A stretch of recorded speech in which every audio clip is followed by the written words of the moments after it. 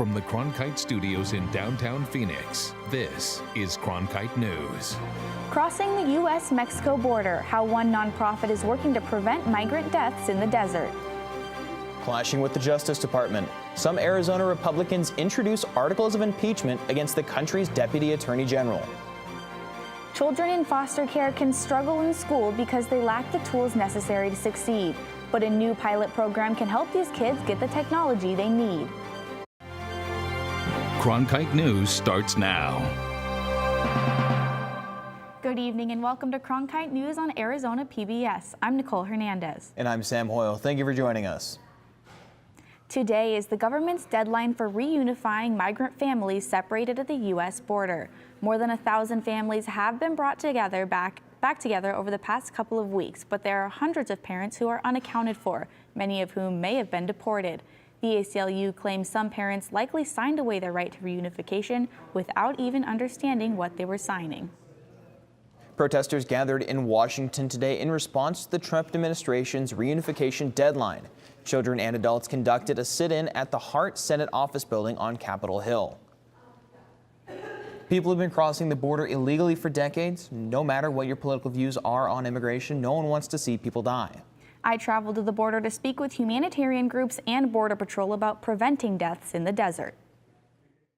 Crossing the Sonoran Desert can take several days. There is no safe route to cross the border illegally. The humanitarian group No More Deaths leaves food and gallons of water along trails to prevent these deaths. We draw doodles and write like messages of hope on the gallons. And actually a lot of it is just to kind of make it so people aren't afraid to take the water. But sometimes they're too late. Really upsetting. You have to report it, so we called. I guess it's just like, sorry. Yeah, I don't know, like the way I know how to stop that from happening is by putting water out. Okay. In this vast of a desert, the group determines where to drop water based on where migrant remains have been found previously. Because of this, their work isn't always exact, and what they do can sometimes be seen as illegal. I've had some pretty frustrating interactions with Border Patrol in the field. Any problem that any person may have with Border Patrol, we highly encourage them to report it so that we could deal with it firsthand and right away. Both organizations ultimately have the same goal, to prevent deaths in the desert. And depending on who you talk to, the success rate changes. The number of apprehensions have slowly been going down over the years, but the number of remains that are found have stayed pretty constant. But Border Patrol has a different story. Deaths are going down. We are seeing a decrease in deaths in the desert. If we look at fiscal year 2012, it was 180. Fiscal year 2017, it was 75. Despite the discrepancies, we're humans, you know, we all have hearts, so we're going to care for any human that's in distress. Border Patrol said that they work together with a number of non-governmental humanitarian groups and that they will talk with anyone who calls. Arizona sheriffs met with Washington, D.C. officials to advocate for increased safety efforts at the border. Sheriffs from Cochise, Yuma, and Pima counties met with Department of Homeland Security Secretary Kirstjen Nielsen and U.S. Immigrations and Customs Enforcement. They also met with Arizona Representative Martha McSally, who chairs a border security committee. The sheriffs are pushing for additional funding to help them deal with drug and human trafficking at the border. Arizona Representatives Paul Gosar and Andy Biggs have joined a handful of House Republicans demanding the impeachment of the Deputy Attorney General. Pat Pabletti has more from our Washington bureau. The articles of impeachment were filed last night and accuse Rosenstein of stonewalling Congress as it seeks documents related to the Justice Department's probe of the 2016 election. Gosar told me, though, that lawmakers' patience has run out. You know, we've seen delay after delay after delay in a rightful role for the House to have oversight of the Justice Department. And they keep telling us that they've complied, and then we find more information and more information. The resolution to impeach Rosenstein says that he withheld documents from Congress under subpoena. The 5 articles of impeachment also say Rosenstein has conflicts of interest in his role overseeing the investigation into possible Russian interference in the 2016 campaign. But Attorney General Jeff Sessions today threw his support behind Rosenstein and said that Congress should re-examine its priorities. My deputy, Rod Rosenstein, is highly capable. I have the highest confidence in him. So what I would like Congress to do is to focus on some of the legal challenges that are out there. The resolution to impeach Rosenstein would need a majority in the House, which seems unlikely after Speaker Paul Ryan explicitly said today that he does not support Rosenstein's impeachment. I don't think we should be cavalier with this process or with this term. Number one. Number two, I don't think that this rises to the level of high crimes and misdemeanors, a really high standard. Number three, we, since I got involved, have been getting a lot of compliance from DOJ. With the House leaving for its August recess today, there will be plenty of time to debate the issue. And Gosar says that's by design. Isn't it interesting that we did this on the break, you know, where people have to go back home and talk to their voters and their constituents? I think their constituents are going to tell them, you know what, you vote for that darn thing, because we were sick and tired of what Justice Department is actually doing. Even if impeachment supporters can get it through the House, the measure would still need a 2/3 majority to pass the Senate, which 5'7" South Carolina Senator Lindsey Graham said was less likely than his chances of playing basketball in the NBA. In Washington, Pat Pobletti, Cronkite News. Arizona Representative Raul Grijalva wants President Trump to help fishing communities. The House Democrat, along with a few colleagues, sent a letter to the White House wanting the same tariff relief to fishing communities that has been offered to farmers. Grijalva contends that American fishermen and women are reeling from a tariff battle with China. China is the world's top seafood consumer and #1 importer of American seafood. President Trump made a stop in Iowa today as he toured a community college and talked about tariffs. Farmers are facing a drop in the price of soybean harvests and corn, primarily caused by new tariffs. The administration announced $12 billion in emergency aid for farmers. The president is keeping his tough stance on China. Because, you know, China's doing a little number. They want to attack the Farm Belt because they know the farmers love me. They voted for me. We won every one of the states. And you look at that middle of this country, outside of a little bit of blue on the outer edges of the country. We want just everything. And so they figured, oh, what we'll do is we'll attack them.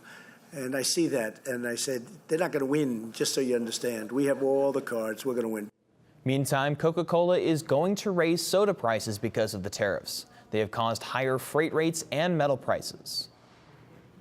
Today marks the 28th anniversary of the Americans with Disabilities Act. Reporter Allison Snell takes a look at how the civil rights law has changed lives. The overall percentage of people with a disability in Arizona was 11.7% back in 2012. Disabilities can range from hearing, visual, cognitive, or others. And while there's no single definition of disability, I spoke with two people today who say that without the ADA, there would have been limits on what they can accomplish.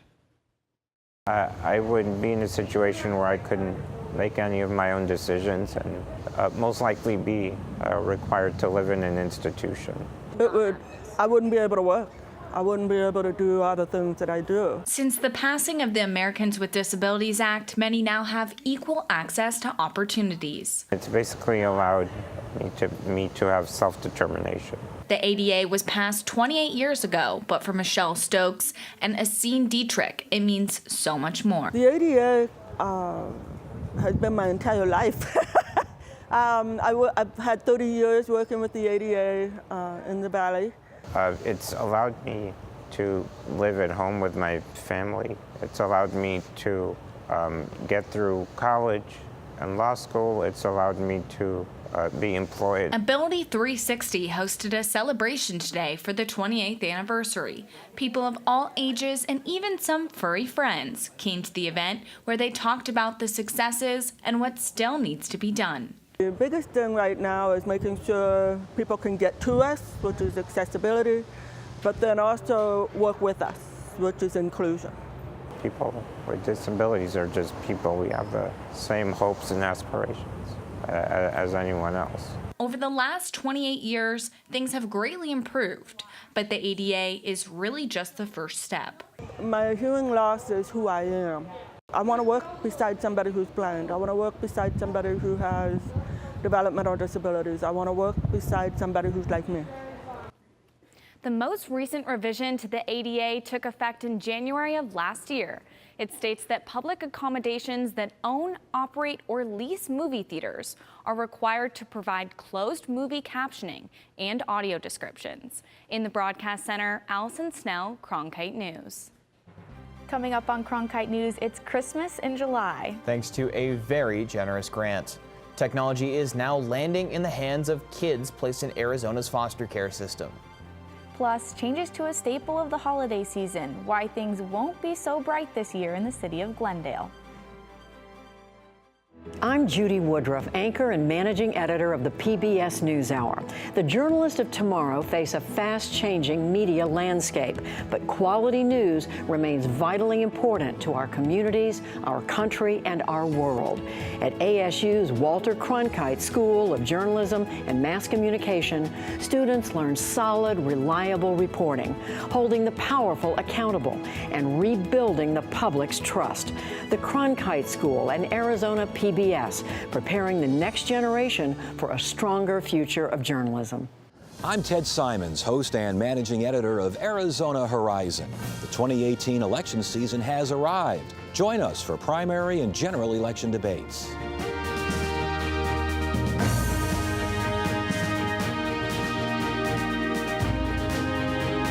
Right here, meet the candidates and hear their positions. Arizona Horizon, your source for what matters most this election season.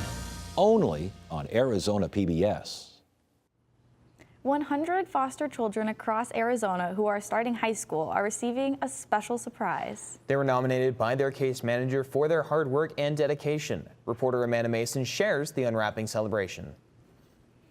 Through the partnership of Love Up Foundation and Scottsdale's 2030 Club, this is the first year Arizona Department of Child Safety awarded 100 laptops to foster children all across Arizona. We were asked not to identify those in the story to protect the children and foster families, but I wish you could have seen the expressions on their faces. They were overjoyed. Today was filled with joy as foster children from around Arizona unwrapped their very own laptop. This program was created by Shalom Jacobs with the Arizona Department of Child Safety. I was concerned that kids in foster care might be at a disadvantage, not having computers, either being in a group care setting or in a relative placement. So I wanted to come up with a way that we could get technology into their hands and they could be on an even playing field with other kids in school. According to DCS, only 20% of urban foster youth in the nation have computer access. Well, in schools today, computers aren't a luxury. They're really a necessity for all the students. So it's very important for them to be able to have access to technology. The kids had no idea they were going to take home a brand new Chromebook. For the first hour, in partnership with Phoenix Police, the kids went through an online safety course. And then the laptops of love followed. For one 13-year-old whose identity is shielded, he was excited to get his first computer. But it was really surprising. It's really fun. I had a great time. For privacy reasons, we cannot reveal her last name, but foster mom Esther Lee, who has already raised a large family of her own, says she loves being a foster mom. If I can give them, I tell people 1 day, 1 month, 1 year of happiness, normal, that's kind of what I'm hoping to do. God's given me that gift to be able to reach out. Before the laptops go home, foster children and their guardians have to sign a safety and responsibility pledge. What I like about signing that pledge, it's almost an accountability. You have a job. You're expected to do certain performances, meet certain quotas or whatever the case may be. I think the laptop symbolizes to them, you matter. You have potential to be successful. We believe in you. The Department of Child Safety wants to continue to expand this program and offer more laptops to foster children attending high school each year across Arizona. In the Broadcast Center, Amanda Mason, Cronkite News. Glendale Glitters is a holiday tradition that will be cut short this year. Reporter Jordan Daphnis discovered downtown merchants think the city is being a bit of a Grinch. This year will be the 25th anniversary of the Glendale Glitters Holiday Light Show. The event typically kicks off the weekend of Thanksgiving and runs all the way through the first weekend of January. But this year, the city cut back.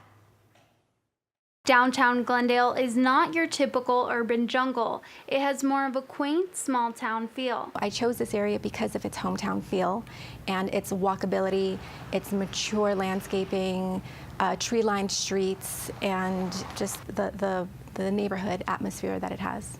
Every year, this quiet area comes alive to host the Glendale Glitters Holiday Light Show from Thanksgiving through the first weekend in January. It was created as a signature event for Glendale to bring people to downtown to celebrate the holidays. Now Glendale Glitters has been trimmed down to just 3 weekends instead of 5, and merchants say this change will hurt their business. To be hit with such a devastating cut is going to be extremely difficult for the merchants here. Glendale City Manager Kevin Phelps says the reason why they made this change is to revitalize the area in the long run. In talking to our downtown merchants, including a very recent meeting where I met with 12 or 15 of them, is everyone to a person acknowledged that our current downtown is not healthy and that we're trending the wrong direction.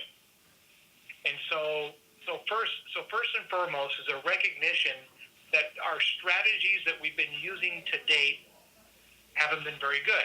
Merchants like Danica Coral are hoping that the city and the merchants can work together to come up with a solution that works for everyone. We would love for the city to truly work with the merchants in the neighborhood because we are their boots on the ground. We live and breathe this city. We live and breathe the blocks. The city originally cut 3 weekends of Glendale Glitters in December, but they announced last night they will restore 1 weekend. At the digital desk, Jordan Daphnis, Cronkite News. Coming up on Cronkite News, your food choices could help or hurt the planet. So how do your meals stack up? Still to come, a recipe to better impact the environment. It's currently 110 degrees here in Phoenix. Be sure to stay tuned for a full 7-day weather forecast and see if we have any heat relief coming up.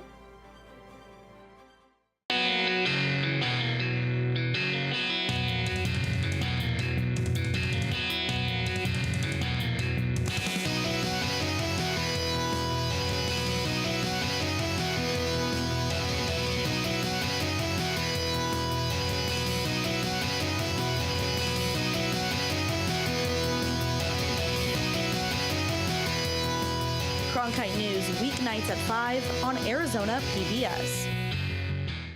Millions of people die every year from drinking dirty water. I would never have felt I had the ability to do something without ASU pushing me. We built filtration systems out of local materials with the people. To see those kids drink clean water for the first time, it's the most rewarding feeling that you can ever have. I went to ASU because I wanted to change the world. The thing I never would have expected is how the world would have changed me. Outside, it is brutally hot and another day with poor air quality. Is there any sign of relief this weekend? Hannah DeReuter has our full weather forecast. It's currently 110 degrees here in Phoenix. We do have some slight winds, which is good because that is going to keep us cool throughout the rest of the day. Taking a look at our state highs for the day, we've seen 111 here in Phoenix. Down in Casa Grande, we've seen 109. And in Tucson, they are a little bit cooler at 103 degrees. Moving on up north, we're seeing a little bit cooler temperatures, 87 in Flagstaff and 91 in the Grand Canyon.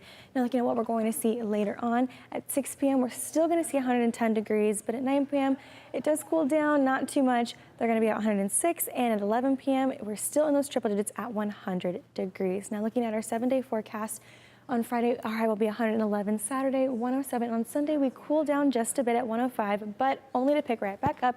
The temperatures do begin to rise. Monday and Tuesday, we're at 108, and on Wednesday and Thursday, we are at 109. So we don't see too much heat relief throughout the next couple of days, but we're hopeful for those lows in the 80s. For Cronkite Weather, I'm Hannah DeReuter. When it comes to signing up for sports, whether you're dedicated to one team or trying out something new, there's always a cost involved. And for people with disabilities, that cost is much higher.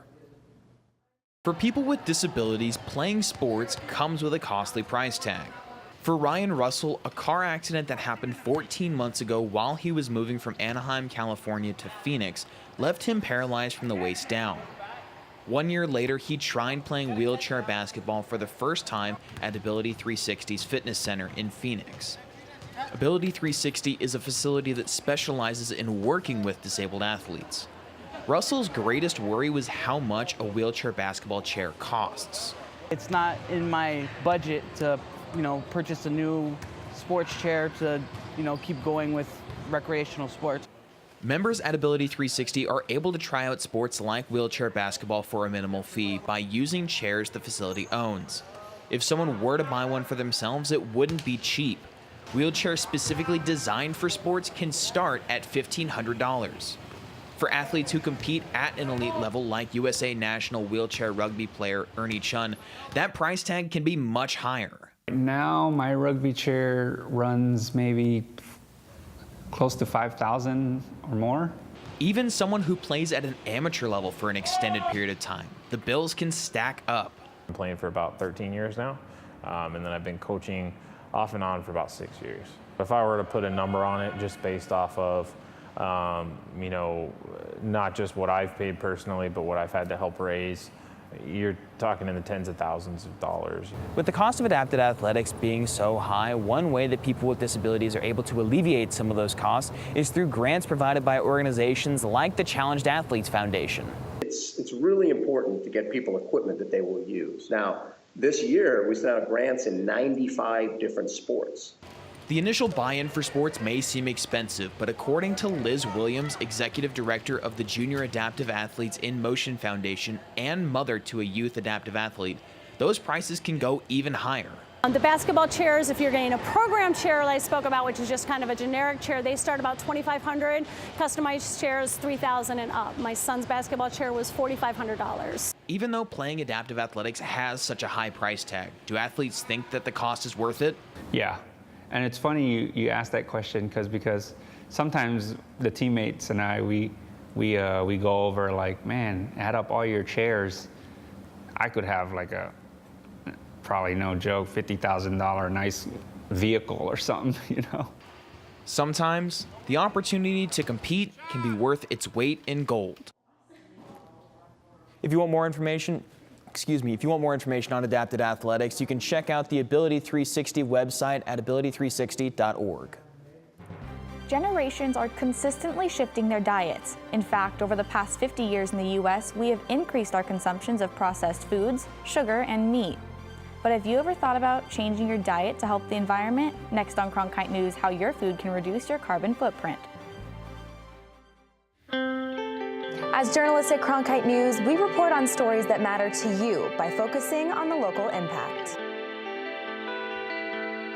We dig deeper and work tirelessly to keep you informed. Live in Wickerburg. Live in Los Angeles. In Cleveland. In Washington. In Louisville. From Jerusalem. Live in Philadelphia. From around the world to right here in Phoenix. At Cronkite News, we report the facts and stick to the truth.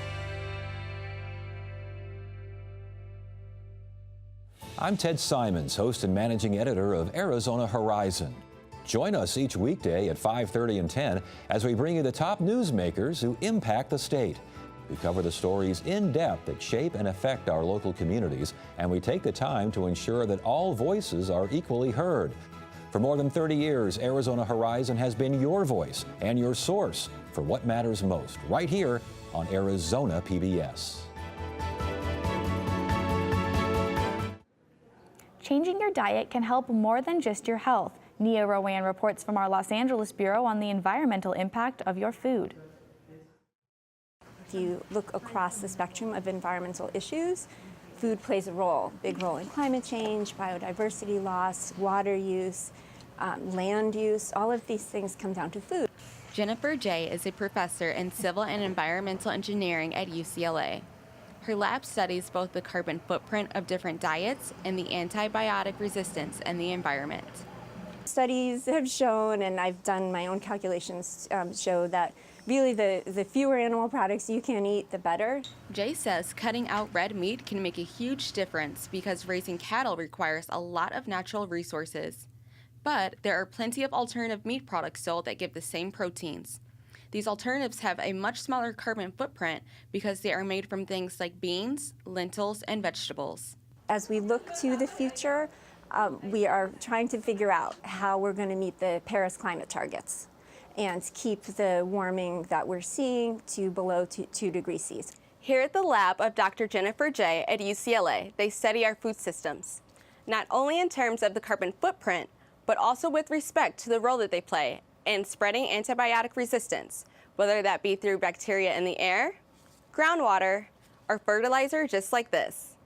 We're actually expecting to see more deaths because of antibiotic resistant by 2050 than we currently see from cancer, which is the top killer now.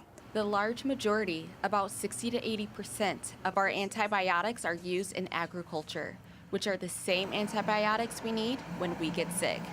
What this means is when we looked at the air coming off of animal feeding operations that use antibiotics compared to organic farms, which don't, we saw that there was a higher percentage of antibiotic-resistant bacteria in the air. Aquacultures and capture fisheries can be just as bad for the environment.